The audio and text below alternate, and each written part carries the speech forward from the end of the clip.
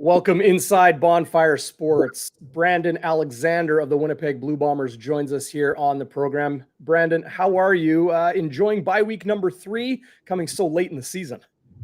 I'm enjoying it, just having some time with the guys and just, having more camaraderie together, eating together, things like that. So definitely enjoying the bye week right now and just taking it all in at once. Yeah, well, I appreciate your time on a week where you do get a little bit of downtime. How So much do you watch? How much do you watch those other games that are going on? You got 2 tonight, you got 2 tomorrow, and obviously those games mean something about who you might face in the postseason. for sure, definitely be in tune with those games. I always watch every single game as much as I can. If I don't, fall asleep, if it's later on down like the 10 o'clock game or something like that. Other than that, I try to catch every single one of them and just take what we do, on defense and just kind of play it out in our heads as well. Uh, do you worry about the standings? Do you watch how many points a team has, or like the crossover, or you will face either uh, Calgary or BC in the West Final. You got BC coming to town on October 28th. Maybe we'll talk about Nathan Rourke, your old teammate Lucky Whitehead, and some of their weapons there. But do you watch those things, or do you just kind of focus on what you need to do? And well, you'll still do film prep on those two teams.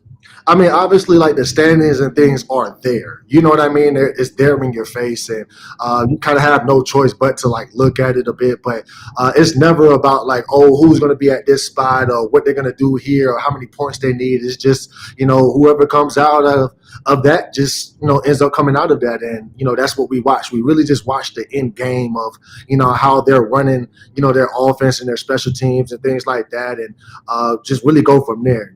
Counting the standings and the points. Nah, not too much, but it's there though. How closely are you watching the quarterback news developing in BC? Because you faced Vernon Adams Jr. You may face him again at IG Field for the season finale on Friday, October 28th. And then, of course, Nathan Rourke moving around a little bit more, throwing the football after having surgery on his foot. I mean, obviously, those two guys got a different style of play in terms of their quarterback abilities and things. But it's not more of watching.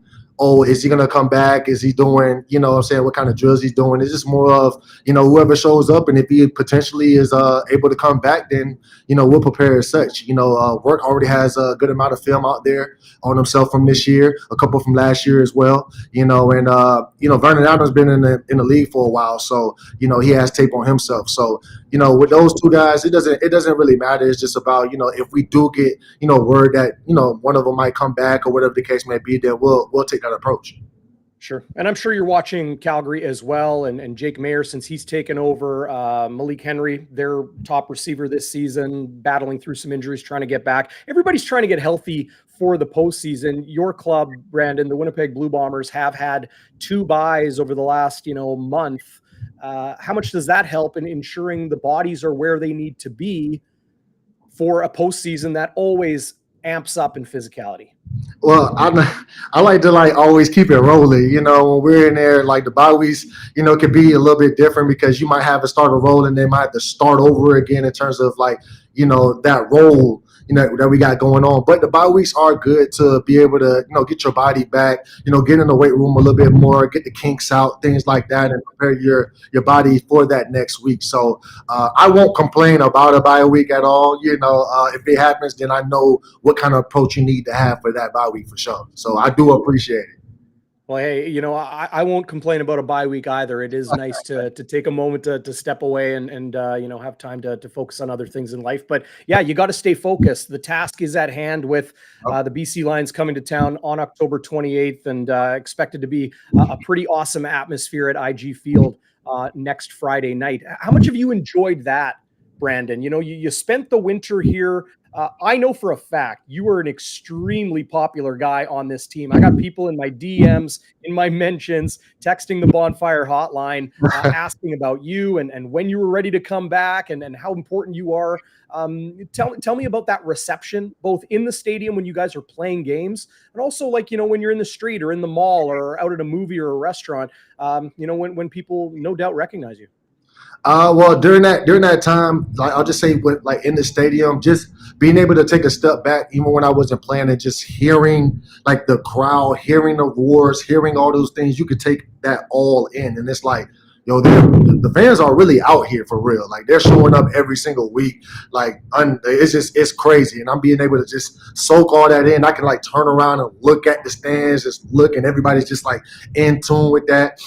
There's been a couple of times where I have been out and people will stop me and ask how I'm doing and things, and I just find that I'm appreciative of that, because it's not more of like everybody keep asking me of when I'm coming back. It's more of like, nah, they really care about me. They want to know when I'm coming back and how I'm doing, and my rehabbing and things like that. So I was more appreciative that guys or females would come up and just ask, how you doing, what your status is and things. I kind of would have to give the cliche answer of, I'm working, and it's soon enough I'll be back out there, and they'll have a big smile on their face, and I'll have one on mine, just because they take time out their day just to see me, whether it's in a mall or just out, and just come over and just ask how I'm doing. I'm a really appreciative of that for sure. No question. You've shown it on the field. You've shown it off the field as well. Your dedication to the community, your dedication to the team, and all those sorts of things. You've spoken a lot to us in the media about, your role shift while you were injured to being more of a leader and a coach, and helping some of those young guys along. I wanted to ask you about Dietrich Nichols, one of the defenders in the Blue Bombers secondary who maybe not a lot of people talk about league-wide. Here in Winnipeg, I think we all know just how good he is. Yeah. The reason people across the league don't know about him is because he doesn't get thrown at very much. So you don't hear, the broadcast talk about him too much. That's kind of the gift and the curse of being a lockdown defensive back in the CFL. I'm sure you know him on a very intimate personal level. You also know how good he is on the field. Tell us about Deatrick Nichols in his second season here in the CFL. And, for my money, I do have a vote. I'm honored to have that. He's going to be a CFL All-Star. Man, I mean, that guy's a ultimate pro in himself. His communication skills is off the charts. The way that he sees the game is off the charts. The way he go about things and everything like that is it's off the charts. He shows up every day, and the quarterbacks don't really throw on this side really on him, because he's always there. He always communicates to everybody around him. It's the linebacker, then it's the corner, then it's the safety and myself. And sometimes when the dime is over there, he's talking to those guys. He understands the game just like any other, So on the field, on every single snap, me and him are looking at each other, making communications. I know that he got that side covered. He's like having another safety out there on that field to be able to, take more off the, basically off the plate of having to be able to touch everybody. He can go ahead and touch his side, and I can do what I have to do on that side, knowing that he's going to be there. Now that guy's different for sure. Yeah, well, it's interesting you describe him as different. I think that speaks to just how impactful and unique he is. A lot of people say that about Willie Jefferson. He's really different. He's, built like no other and able to do things on the field like no other. Yep. As are you, Brandon. You bring a real physical presence to that back end of the Blue Bombers defense. Tell me about that reputation maybe you've built, if you've seen teams adjust or individual players adjust to that physical presence you bring. My broadcast partner, the guy who's on the Ring of Honor where you play, Chris Walby, he likes to talk about receivers getting alligator arms when they have to go up against a physical safety like you. The arms kind of come in and get short like Tyrannosaurus Rex, and they get a little bit intimidated. Tell me about that intimidation factor. Well, I mean, I'm a guy that just like to take every play like it's my last play. I want to be 100% on that play, because I might not have another one on the next one. When there's a runner or a receiver, being able to catch a ball, or a runner comes out the backfield, it could be a running back, it could be, a speed sweep. I'm going down there to, tackle the guy as hard as I can to the ground, and that's just it. And I do it legally, within the lines, within the whistle, everything like that. It's just full on, full speed. I'm not stopping, So anything in the middle, anything that breaks, anything like that, I'm coming down to make the tackle as hard as I can, And it just so happens that, sometimes that, the receivers get knocked down and it, pretty hard. And sometimes it's the running back, that's just how I play. I feel like I can't be out there unless I'm just 100% going, balls to the wall. You know what I mean? Just going all out. And that's how I bring my situations. And so offenses. They may tailor around that. Maybe it's not as many digs that comes in inside. It might not be as many posts that get ran because I'm standing in the middle of the field. So it's not more so of like, yeah, I'm gonna take this person's head off. It's more of I see, right. I read what I do, I react. If I'm there early enough, I'll make a play on the ball. If I'm not there early enough, then I'll make my target where I need to, make it legal within the lines, within the whistle, and just shoot my shot. Absolutely. I love the non-apologetic attitude either, because that's how good football players play, right? If you play within the rules, you play within the whistles and between the white lines, there's nothing to apologize for. You're playing it, to the highest level, just like your head coach, Mike O'Shea did, let alone Jordan Younger, your defensive back coach. I always tell people, go watch some YouTube clips of Jordan Younger playing football in the CFL and the NFL. That guy was really something. Brandon, we're tight for time. I just do want to ask you this. Somebody in the live chat, which is loaded, of course, not surprised you being a popular player, but do you guys have a preference of who you play in the West Final? I think I know the answer to that. So it probably doesn't matter, but do you have a preference or maybe what goes into that?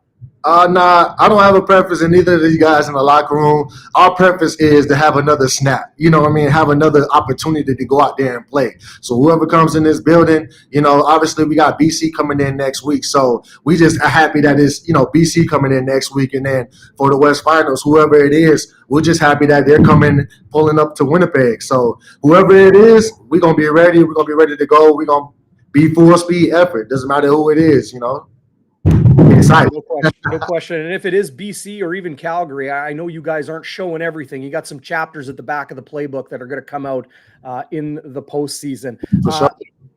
Last thing, Brandon, I'm a creator here on YouTube. I'm a reporter, but I am not an artist like you. And I'm not talking about football. I'm talking about your music. Where can people find your music? Well, right now, you can go on Apple Music, you go on Spotify, YouTube. It doesn't matter what it is. You type in BA Two-Sided, TWOSIDED. That's my first EP I put out August 5th of 2021. I have another one coming in soon. I can't tell y'all when, but I will be dropping another one. But you can go on any platform that's out there right now. Has my face on it, so it's me. But yeah, I'm appreciative that people are going out listening to my music and things. And like I said, I got more coming. And you can find it on any platform. BA Two-Sided. That's awesome. You're a Renaissance man. You're able to play football at a high level and produce awesome music too. BA. That's pretty cool. Thanks so much for your time, man. Enjoy the rest of your bye week. Enjoy this slate of CFL Week 20 games. I know you'll be watching two teams in particular pretty closely, but you got to worry about the East too, before you guys get to your ultimate goal. But task at hand, Brandon. Enjoy. Thanks again for this. Appreciate you a lot. I appreciate you. Thank you.